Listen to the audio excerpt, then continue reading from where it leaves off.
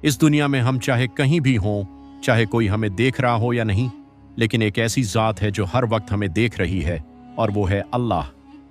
यह कहानी है एक छोटे से नेक दिल लड़के की, जिसका नाम था अहमद, जो एक छोटे से गांव में अपने माँ बाप के साथ रहता था। उसका घर बहुत साधारण था, दीवारें मिट्टी की और छत पुरानी थी। लेकिन उस घर में एक चीज़ बहुत कीमती थी, और वो थी ईमानदारी और अल्लाह का डर। अहमद के अब्बा दिन भर मेहनत मजदूरी करते, और उसकी अम्मी उसे हमेशा एक बात सिखाती, बेटा, जिंदगी में चाहे कितनी भी मुश्किल आए, लेकिन कभी झूठ मत बोलना और कभी किसी का हक मत लेना, क्योंकि अल्लाह सब देख रहा है। अहमद ये बात हर रोज सुनता, और धीरे धीरे ये बात उसके दिल में बस गई। वो हमेशा सच बोलता और दूसरों की मदद करता, चाहे खुद को तकलीफ ही क्यों ना हो। एक दिन अहमद बाजार गया। वहां बहुत भीड़ थी, लोग अपने काम में लगे हुए थे।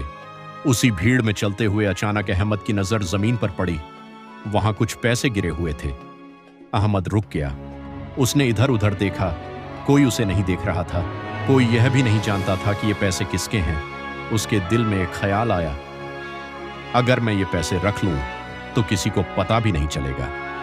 हल्की सी तौक़ुफ़, फिर नर्म आवाज, लेकिन तभी उसके दिल में उसकी अम्मी की आवाज गूंज उठी, अल्लाह सब देख रहा है। अहमद चुप हो गया।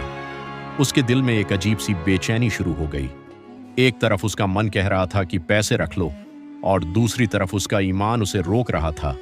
कुछ सेकंड के लिए ऐसा लगा जैसे वक्त रुक गया हो। फिर अहमद ने गहरी सोच के बाद फैसला किया कि वह वही करेगा जो अल्लाह को पसंद है। वह तुरंत पैसे उठाकर पास की दुकान पर गया और दुकानदार से कहा, चाचा, शायद ये पैसे आपके गिर गए हैं। दुकानदार पहले हैरान हुआ, फिर उसने पैसे देखे और समझ गया कि ये उसी के हैं। उसने अहमद की तरफ देखा और पूछा, बेटा, तुम ये पैसे रख भी सकते थे, तुमने वापस क्यों किए?